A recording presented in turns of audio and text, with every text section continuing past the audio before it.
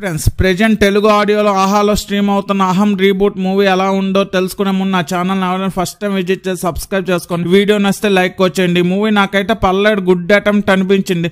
మీరు హన్సిక గారి 105 minute movie అలాగే పెనిమిటి మూవీస్ చూసి ఉంటే అది ఫీమేల్ వర్షన్, ఇది మేల్ వర్షన్ అని చెప్పుకోవచ్చు.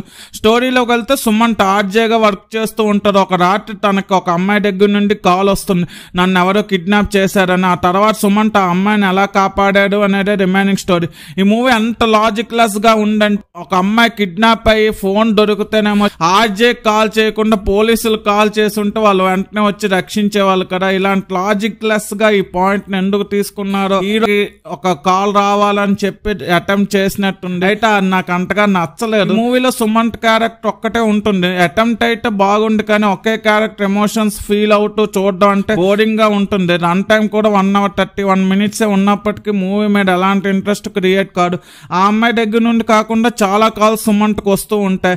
ఏదో మనకు ఆ కాల్స్ ద్వారా సస్పెన్స్ క్రియేట్ చేయాలని ట్రై చేశారు కానీ అంతగా వర్కౌట్ అవ్వలేదు. అంతేకాకుండా మూవీ ఒకే ప్లేస్ లో ఎక్కువసేపు జరగడం వల్ల నెక్స్ట్ ఏంటి అనేది కాకుండా మూవీ మీద మనకు చిరాకు ఎప్పుడైపోతుందా అనే ఫీలింగ్ కూడా వస్తుంది. మీకు ఫ్రీ టైం ఉన్నా సరే వాచ్ చేయొద్దని నేను చెప్తాను. ఓటీటీఏ కాబట్టి మేము చూస్తామంటే ఇంకా మీ ఇష్టం. Background score okay. ఓవరాల్ గా సస్పెన్స్ థ్రిల్లర్ గా వచ్చిన అహం రీబూట్ మూవీకి నేను ఇస్తున్న రేటింగ్, మూవీ అటెంప్ట్ కి అయితే నేను 3 ఇస్తాను out of 5. అలాగే మూవీకి మాత్రం 1.5 out of 5 ఇస్తాను. ఇలాంటి జెన్యూన్ రివ్యూస్ కోసం నా ఛానల్ సబ్స్క్రైబ్ చేసుకోండి. ఈ వీడియో నచ్చితే లైక్ చేయండి. ఈ వీడియో మీ friends and family members share చేయండి. Thanks for watching. జై హింద్.